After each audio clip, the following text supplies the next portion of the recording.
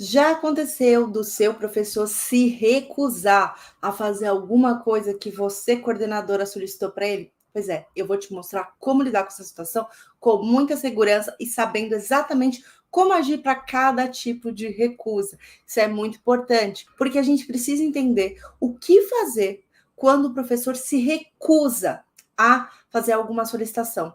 E muitas vezes isso vai atacar e vai entrar de forma direta com o aluno. E por isso que a gente vai ter que falar disso, porque é um problema que muitas coordenadoras passam por aí.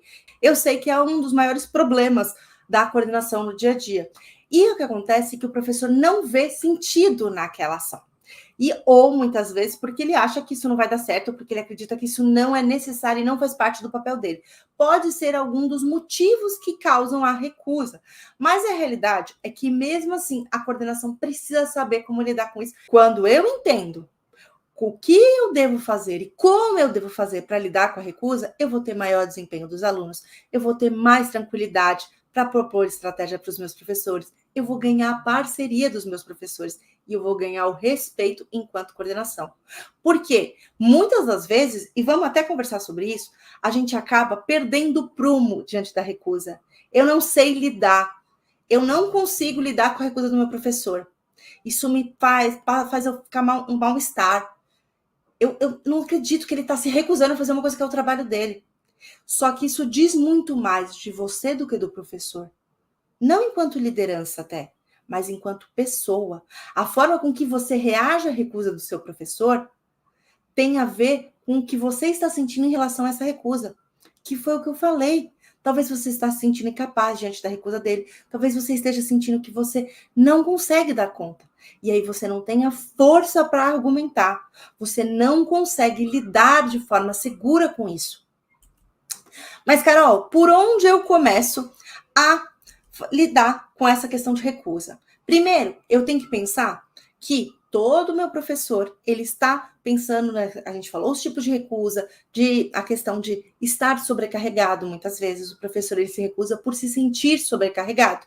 O professor pode se recusar a fazer algo porque ele não tem o conhecimento necessário, ele pode não querer adaptar ou fazer alguma atividade para o aluno, ele pode não querer fazer a parte burocrática, mas a verdade é que, para começar, de fato, você precisa entender que precisa mapear quais são essas recusas. E assim você vai perceber quais estão sendo os pontos que precisam ser melhorados, qual está sendo a maior resistência dos seus professores.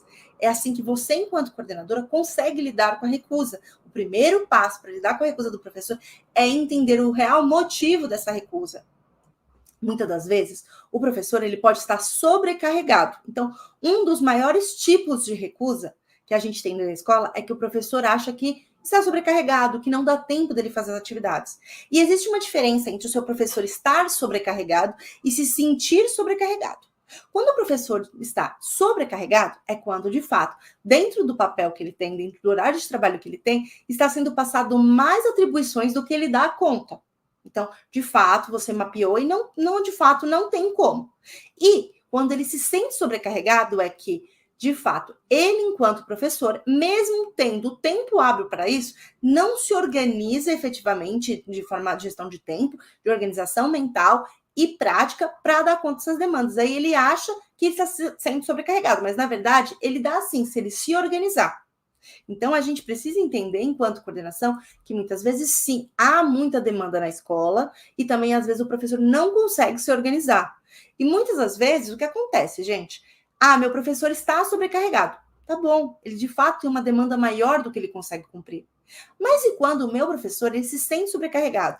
Eu, enquanto coordenação, tenho que analisar se, no meu pedido e solicitação que eu fiz a ele, quando ele se recusa a fazer, eu estou dando um tempo hábil para isso. Ou se ele vai ter o tempo hábil, mas ele apertou.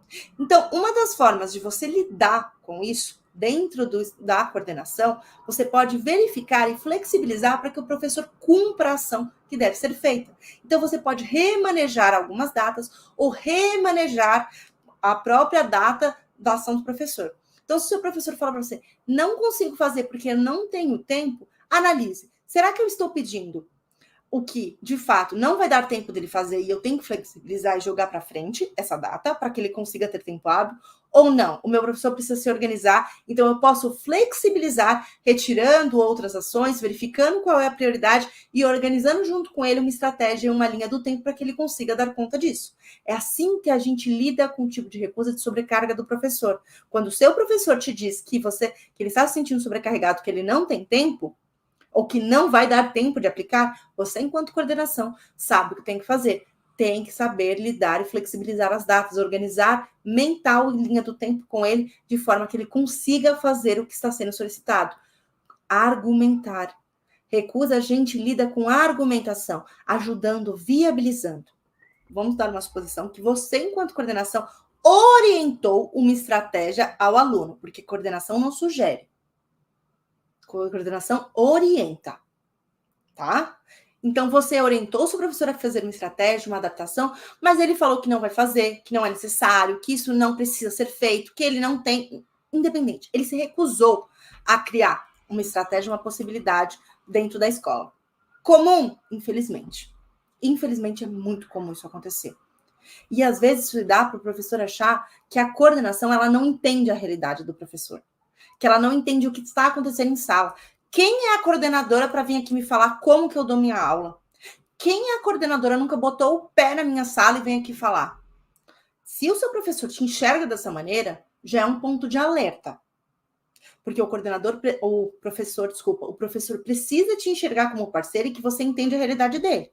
Mas, se ele vê dessa maneira, o mais adequado a fazer, antes de montar a estratégia com o professor, é, de fato, pensar dentro da realidade possível e mostrar para ele como que isso será feito dentro da possibilidade. Então, é mostrar, de fato, para o seu professor, gente, qual é o caminho que ele está seguindo, onde para, onde vai, qual é, se eu botar um dominó para cair, até onde ele vai. Mostre para ele o que fazer. Organize com o seu professor. E eu fazia muito isso enquanto coordenadora.